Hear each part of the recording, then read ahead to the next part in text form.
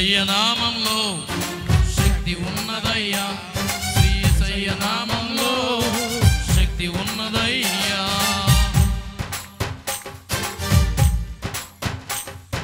యేసయ్య నామంలో శక్తి ఉన్నదయ్యా, శ్రీ యేసయ్య నామంలో శక్తి ఉన్నదయ్యా. నమ్మితే చాలు నీవు పొందుకుంటావు శక్తిని, నమ్మితే చాలు నీవు పొందుకుంటావు శక్తిని. యేసయ్య నామంలో శక్తి ఉన్నదయ్యా, శ్రీ యేసయ్య నామంలో శక్తి ఉన్నదయ్యా.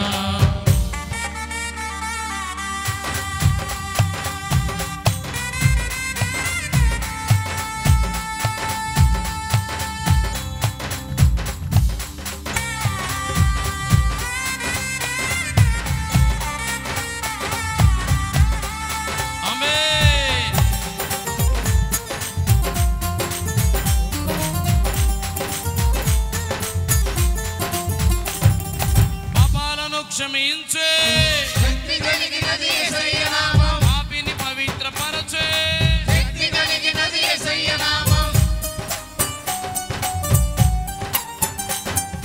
పాపాలను క్షమించే శక్తి కలిగినది యేసయ్య నామం, పాపిని పవిత్రపరచే శక్తి కలిగినది యేసయ్య నామం. యేసయ్య నామంలో శక్తి ఉన్నదయ్యా, శ్రీ యేసయ్య నామంలో శక్తి ఉన్నదయ్యా. అవును, యేసయ్య నామంలో శక్తి ఉన్నదయ్యా, శ్రీ యేసయ్య నామంలో శక్తి ఉన్నదయ్యా.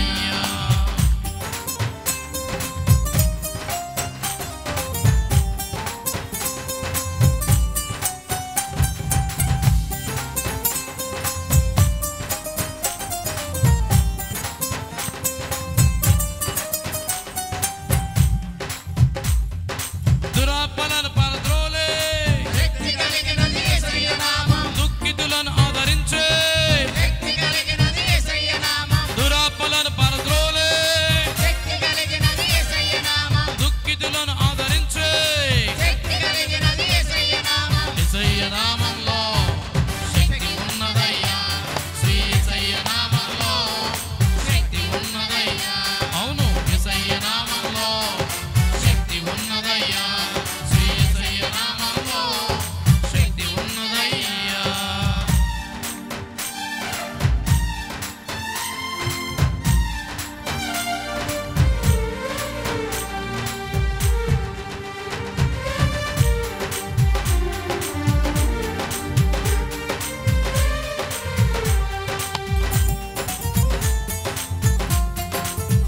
స్తోత్రం. సృష్టిని శాసించగలిగిన శక్తి కలిగినది యేసయ్య నామం, మృతులను లేపగలిగిన శక్తి కలిగినది యేసయ్య నామం. స్తోత్రం. సృష్టిని శాసించగలిగిన శక్తి కలిగినది యేసయ్య నామం, మృతులను లేపగలిగిన శక్తి కలిగినది యేసయ్య నామం. యేసయ్య నామంలో శక్తి ఉన్నదయ్యా, శ్రీ యేసయ్య నామంలో శక్తి ఉన్నదయ్యా. అవును, యేసయ్య నామంలో శక్తి ఉన్నదయ్యా, శ్రీ యేసయ్య నామంలో శక్తి ఉన్నదయ్యా. పాతాళాన్ని తప్పించే శక్తి కలిగింది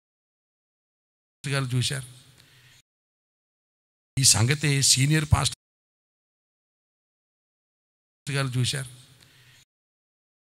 ఈ సంగతి సీనియర్ పాస్టర్ గారు చూశారు. ఈ సంగతి సీనియర్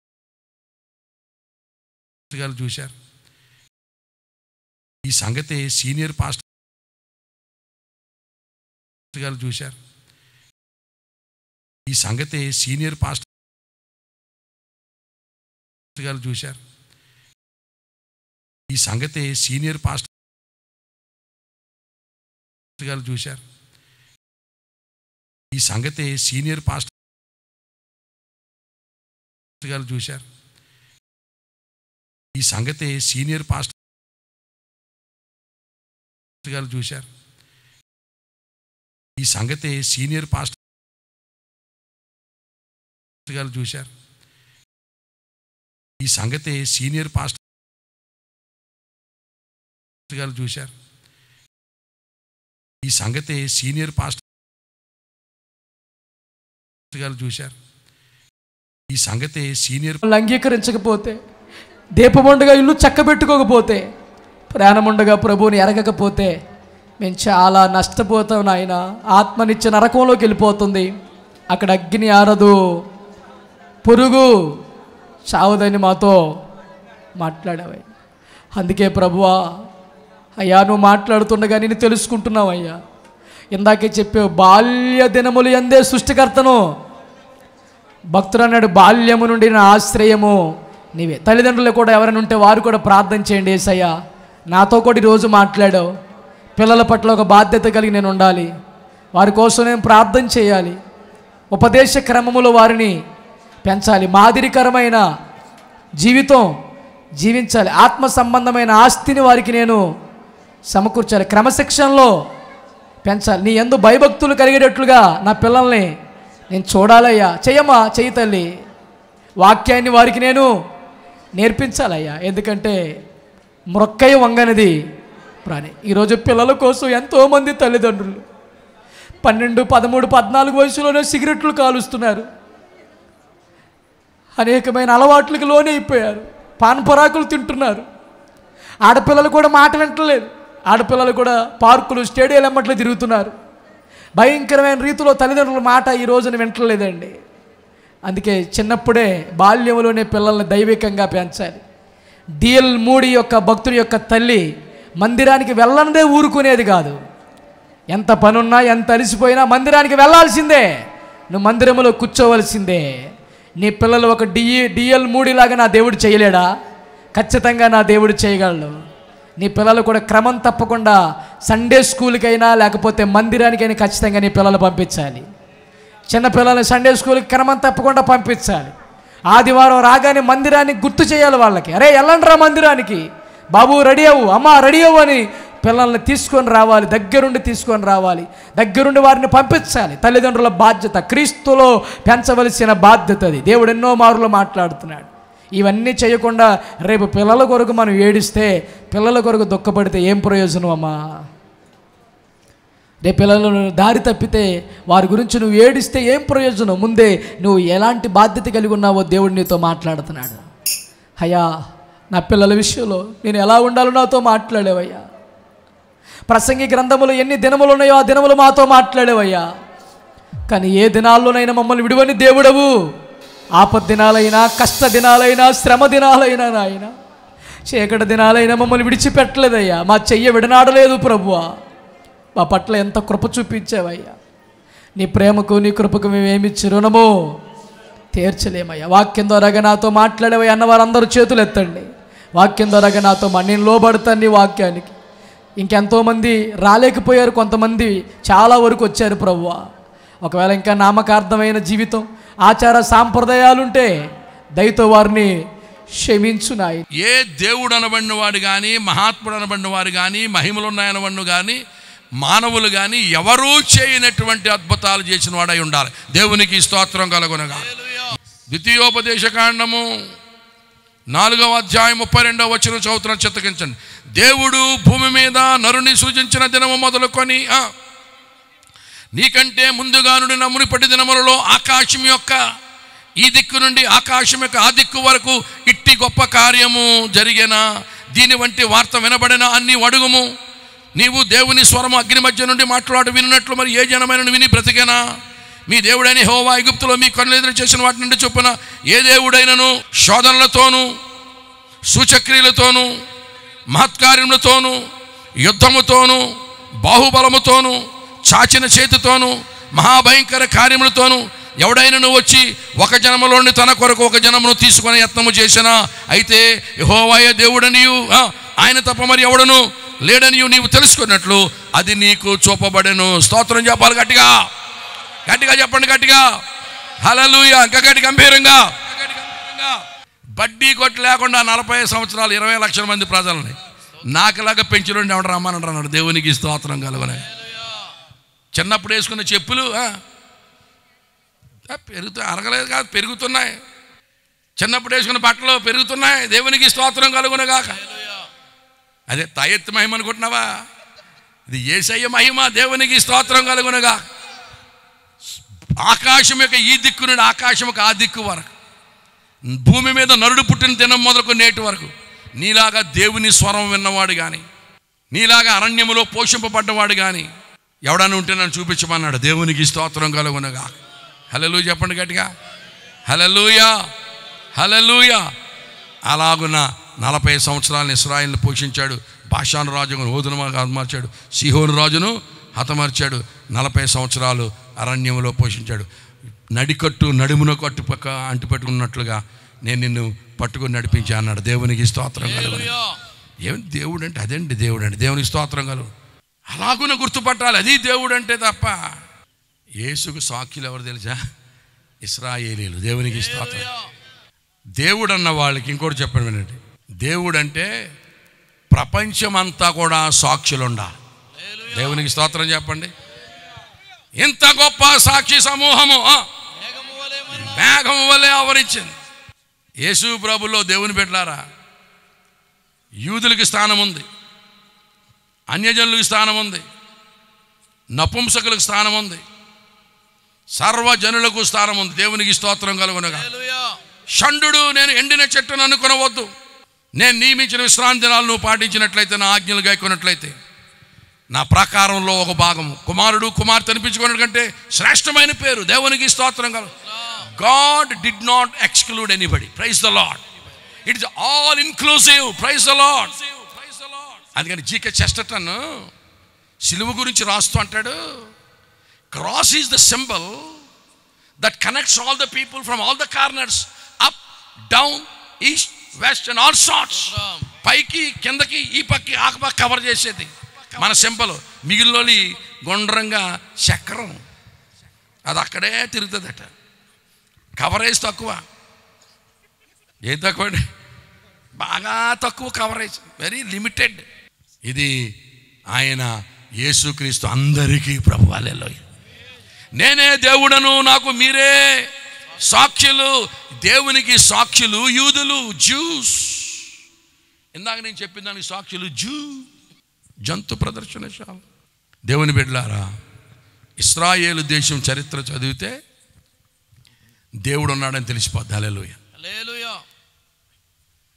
యెహోవానైన నేను మార్పు లేని వాడను గనుక యాకోబు సంతతి వారైన మీరు ఏం కాలేదన్నాడు? లయము కాలేదు. యెహోవానైన నేను మార్పు లేని వాడను. The reason for the sustenance of the nation called Israel is the immutability of God.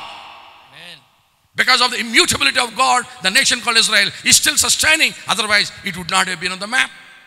లేకపోతే మ్యాప్ మీద ఉండవలసిన దేశం కాదండి. ఆ దేశం చేసినన్ని యుద్ధాలు ఎవరూ చేయలేదండి. జాగ్రత్త వినండారా. లాజరు పునరుత్థానం, యేసు పునరుత్థానం, తర్వాత దేశం యొక్క పునరుత్థానం. యెహెజ్కేలు గ్రంథంలో అంటాడు, మిమ్మల్ని సమాధుల్లో నేను తీసుకుని వస్తానన్నాడు. దేవునికి స్తోత్రం కలుగునుగాక.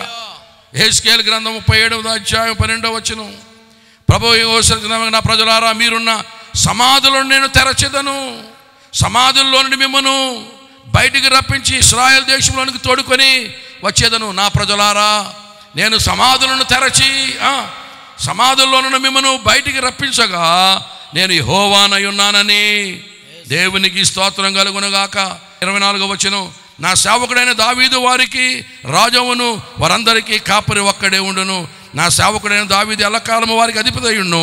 నేను వారితో సమాధానమైన నిబంధన చేసేదను. దేవునికి స్తోత్రం కలుగునుగాక. సమాధులు తెరిచి తీసుకొస్తారంటే అర్థం ఏంటి తెలుసా? ఇశ్రాయేలు దేశము రమారమి 1900 సంవత్సరాలు అది సమాధి చేయబడింది. It was not there in the map. ప్రపంచ దేశాలన్నిటికీ చెదరగొట్టబడింది ఆ దేశం. సకల దేశాల్లో చెదరగొట్టబడింది, సమాధి చేయబడిపోయింది. అటువంటి దేశం మరలా బతికి బట్టకడుతుందని ఏ నరుడు అనుకోడు. సకల దేశాల్లో చెదరిపోయినటువంటి వారిని అందరినీ కూడా యేసయ్య 1948లో తీసుకొచ్చి దేశంగా ఏర్పాటు చేశాడు. దేవునికి స్తోత్రం కలదు. మనకు 1947లో వచ్చింది ఇండిపెండెన్స్. వాళ్ళకి ఎప్పుడు వచ్చింది? 1948లో వచ్చింది. ప్రియులారా, 48లో వచ్చింది. ఇంకా సర్దుకుంటున్నారు, నెమ్మదిగా సెటిల్ అవుతున్నారు. ఇంకా ఎమ్యునిషన్ లేదు, యుద్ధం లేదు, ఏం లేదు, ఐడిఎఫ్ లేదు. అప్పుడే 7-8 దేశాలు ఒకేసారి యుద్ధం ప్రకటించినాయి. ఈ 7-8 దేశాలని కూడా 6 రోజుల్లో కొట్టుపాడేశారు. దేవునికి స్తోత్రం కలుగునగా. హల్లెలూయా. ఎవరు యుద్ధం చేశారన్నమాట? వారి పక్షంగా దేవుడే యుద్ధం చేశాడు. కనుక ప్రపంచమంతా సాక్షులు. ఇవాళ సకల జాతుల్లో నుండి, ఆయా భాషలు మాట్లాడే వారిలో నుండి, ఆయా కులాల్లో నుండి, ఆయా గోత్రాల నుండి యేసుకు సాక్షులు కోకొల్లలుగా ఉన్నారు. దేవునికి స్తోత్రం. బూదిగంతముల నివాసులు అందరూ ఏమంటే చీకటిలో ఉన్న జనులు గొప్ప వెలుగు చూస్తూ ఉన్నారు. మరణ ఛాయలు గల ప్రదేశాల్లో ఏం చూస్తున్నారండి? దేవుని వెలుగు. దేవునికి స్తోత్రం కలుగునుగాక. కనుక దేవుడు అన్నవానికి ప్రపంచమంతా సాక్షులు ఉండాలి. అలాగే ప్రపంచమంతా సాక్షులు కలిగిన దేవుడు నజరేయుడైన యేసుక్రీస్తు నాథుడు. వ్యాజ్యమాడుడి అని యెహోవా అనుచున్నాడు. మీ రుజువులు చూపించుడి. అపొస్తలుల కార్యముల 1వ అధ్యాయం 1వ వచనాలు చూడండి. 3వ వచనం. ఆయన శ్రమ పడిన తరువాత 40 దినముల వరకు వారికి అగ్గుపడుచు దేవుని రాజ్య విషయములను గూర్చి బోధించుచు అనేక ప్రమాణములను చూపి వారికి తాను సజీవునిగా. అనేక ప్రమాణం కాదు. ఫుట్నోట్లో ఏముంది? ఫుట్నోట్లో రుజువులు. దేవునికి స్తోత్రం కలుగునగాక. కనుక ఇన్ని మహిమల మధ్య, ఇన్ని సూచక్రియల మధ్య మహిమలు చూసి కనుక నువ్వు దేవుడిని అంచనా వేసావంటే నువ్వు పప్పులో కాలేసినట్లే. మహిమలు ప్రామాణికం కాదు, అద్భుతాలు ప్రామాణికం కాదు. సత్యదేవుని గుర్తుపట్టడానికి ఇదిగో రుజువులు. మొదటి రుజువు అన్నిటి ఆరంభము చెప్పాలి. 2వ రుజువు ప్రపంచ భవిష్యత్తు అంతా ముందుగా చెప్పగలగాలి. 3వ రుజువు సకల మత గ్రంథాల్లో ఉండాలి. 4వ రుజువు అతడు యజ్ఞము చేసిన వాడే ఉండాలి. 5వ రుజువు ఎవరూ చేయని అద్భుతాలు చేయాలి. దేవునికి స్తోత్రం. 20 లక్షల మంది ప్రజలు 40 సంవత్సరాలు ఎక్కడ పెంచాడని చెప్పాను? ఏమి లేకుండా. అందరూ చెప్పండి. బడ్డీ కొట్టు లేకుండానండి. బడ్డీ కొట్టు లేకుండా. నాకు ఒకసారి కర్ణాటకలో ఒక ఆయన ఒక సాక్ష్యం చెప్పాడు. ఆయన కౌంట్ అని దత్తు అనుకుంటా. ఆ దత్తు అంటే ఆయన పేరు. దేవుడిని నమ్ముకున్నాడని వెలివేశారట. నూతిలో నీళ్ళు తాగనిచ్చేవారు కదట. ఎవరిని మాట్లాడనిచ్చేవారు కదట. కొట్లో సామాన్లు అమ్మేవారు కదా, సరుకులు అమ్మేవారు కదట. ఆయన బతిమాలివాడట. కనీసం కిరసనాలు అమ్మండ్రా, చీకట్లో ఉన్నానంటే అమ్మేవారు కదట.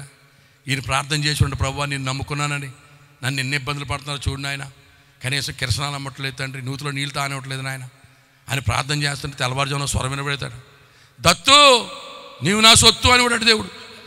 నేను రక్తం ఇచ్చి ప్రాణం ఇచ్చి కొనుక్కున్నాను దత్తు, నీవునా అనేటప్పటికి ఆయన మంచి ధైర్యం వచ్చేసి, అయితే నాకు అక్కర్లేదు ఆవిడ పొత్తు అన్నాడట. దేవునికి స్తోత్రం కలుగునుగా. దత్తు నీవు నా సొత్తు అని సాతాను కూడా అనగలడా? రక్తం ఇచ్చి ప్రాణం ఇచ్చి కొనుక్కున్నాడు కాబట్టి ఆయనే ఆ మాట అనగలడు. ఎవరు పెడతాడో ఏ మాట అనపడతా అనకూడదు. ఇదివరకు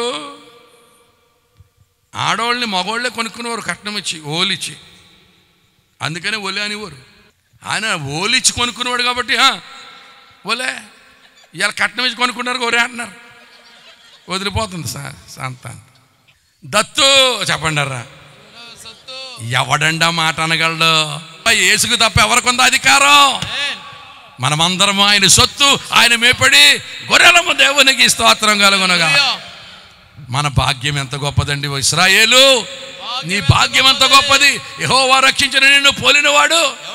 నిజ దేవుని గుర్తుపట్టడంలో చిన్న చిన్న మహిమలు వెంబడి అయ్యే ప్రమాణంగా తీసుకుని, ఏమండి జాతకం చెప్పారని, ఏయో మహిమలు ఉన్నాయని, ఏమండి ఏదో సూచక్రియ జరిగిందని అతనే దేవుడు అనుకుంటే మాత్రం నువ్వు ఉప్పు లేని పప్పులో కాలేస్తావు. పప్పులో కూడా కాదు, పేడలో కాలేసినట్టే నిజ దేవుని లక్షణాలు ఇవి. యాజమానుడు మీరు రుజువులు చూపించుడి. కనుక దేవుని పక్షంగా మాట్లాడే దైవజనమా, నా తోటి సేవకులారా, విశ్వాసులారా, ప్రభువును ప్రకటించేటప్పుడు దిస్ ఈజ్ దట్ అని చెప్పండి, దట్ ఈజ్ దిస్ అని చెప్పండి. దానికి దీన్ని కనెక్ట్ చేసి చూపిస్తే అప్పుడు పీపుల్ కనెక్ట్ అవుతారు. దేవుని కొరకు మనం రాజ్యం సంపాదించవచ్చు. దేవునికి స్తోత్రం కలుగును గాక. దట్టో దిస్సు తెలియాలంటే రెండు తెలియాలి, లేకపోతే తుస్సు అని చెప్పాం కదా. కొంచెం ఆ గ్రంథాల్లో కూడా ప్రావీణ్యం ఉండాలి. దేవునికి స్తోత్రం కలుగును గాక. హల్లెలూయా. కనుక దేవుని బిడ్డలారా, ఇంతటితో నేనే మారు మనసు పొంది నా ప్రసంగం ముగిస్తున్నాను. ప్రభు చిత్తమైతే వచ్చే సంవత్సరం ఇదే రోజుల్లో ఇదే స్టేజ్ మీద కలుసుకుందాం. అంతవరకు చేస్తూనే ఉండే ప్రార్థన దేవుడి మాటలు దీవించును గాక. తలలు వంచండి, కళ్ళు మూసుకుందాం. దేవుని పక్షంగా మాట్లాడడం నేర్చుకోండి. దేవుని పక్షంగా యుద్ధం ఆడడం నేర్చుకోండి. దేవుని పక్షంగా వాదించడం నేర్చుకోండి. దేవుని పక్షంగా ఎవరిని నిలబడడం నేర్చుకోండి. అంత దేవుని పక్షంగా ఉంటే ప్రభు నీ పక్షంగా ఉంటాడు. దేవునికి స్తోత్రం కలుగునగా. హల్లెలూయా, హల్లెలూయా, హల్లెలూయా. తలలు వంచి చిన్న ప్రార్థన చేసుకుందామా. పరిశుద్ధుడు అయిన తండ్రి, మీకు వందనాలు, స్తోత్రాలు. అనేక విషయాలు ప్రభువా మీ దాసుని ముఖాంతరములో నుండి ప్రభువా మరుగుపరిచి అనేక విషయాలు మీరు మాట్లాడినందుకు మీకు స్తోత్రం. చాలా విషయాలు మీరు తెలియజేశారు ప్రభువా. దేవా మీకు వందనాలు చెల్లిస్తున్నాం. మీ దాసుని ఇంకా బలంగా వాడుకోనండి ప్రభు. అటువంటి వర్తమానాలు అన్యుల మధ్య, క్రైస్తవేతరుల మధ్య చాలా అవసరం. ఈ దినాల్లో ప్రభువా క్రైస్తవ్యాన్ని గురించి తెలియని వారు చాలామంది ఉన్నారు ప్రభువా. నాయన అటువంటి వారి పట్ల నువ్వు చేయించున్నటువంటి కార్యాలను బట్టి నీ స్తోత్రాలు. బలపరచండి. ఎంతమంది అయితే ఈ మైక్ ద్వారా ఈ మాటలు విన్నారో వారందరి హృదయాలు నీ వైపు ఆకర్షించబడ్డానికి మీరు సహాయం చేయండి. మీ హస్తాల్లో దాచిపెట్టమని ఈ పరిచర్యను, ఈ సేవను, ఈ గ్రామాన్ని ఇంకా మీరు దీవించండి. బలపరచు, మీ దాసులను బలపరచమని యేసు నామములో ప్రార్థించి అడిగి వేడుకుంటున్నాము తండ్రి. ఆమేన్. మహాపరిశుద్ధుడా, అత్యంత కృప సమృద్ధి గల మా మహిమలోకి తండ్రి యవే ఎలోహిం ఎల్ షద్దై అదోనై మీ కొందనాలు ప్రభా. సర్వశక్తిమంతుడా మీ కొందనాలు. మీ శ్రేష్టమైన నామానికి ఘనత, మహిమ, ప్రభావం చెల్లిస్తున్నాను ప్రభా. ఈ రోజున అద్భుతమైన వాక్యాలు మాకు అందించినందుకు మీ కొందనాలు నాయన. నీ దాసుని బహుగా వాడుకోండి ప్రభా. నాయన అనేక ప్రాంతాల్లో ప్రభా నీ దాసుని ద్వారా అనేక మంది ఆత్మలు రక్షింపబడినట్లు మీరు సహాయం ఇచ్చేయం తండ్రి. మరి ఇది ఏర్పాటు చేసిన మరి జాషువా జ్యోతి గారిని ప్రభా దీవించండి, వారి కుటుంబాన్ని దీవించండి. రాబోయే రోజుల్లో ఇటువంటి సేవకులు అనేక మందిని రప్పించబడినట్లు మీరు కృప చూపించండి నాయన. అలాగే డాక్టర్ గారిని దీవించండి నాయన. వారు చేస్తున్న సహాయాన్ని బట్టి మీ కొందనాలు ఆ కుటుంబాన్ని దీవించండి ప్రభా. అలా ప్రతి సంవత్సరం కూడా ఇలాగే చేస్తున్న విధానం ప్రభు ఎంతో అద్భుతకరము నాయన. ఇటువంటి అద్భుత కార్యాలు రాబోయే రోజుల్లో అనేకమైన మేము చూడగలిగినట్లు మీరు కృప చూపించమని వాక్యం విన్న బిడ్డలు ప్రభా వాక్యాన్ని బట్టి మారు మనసు పొంది ప్రభా నీ కొరకు ప్రమిదలుగా సాక్షులుగా ఉన్నట్లు కృప చూపించమని ప్రభు అయిన యేసుక్రీస్తు ద్వారా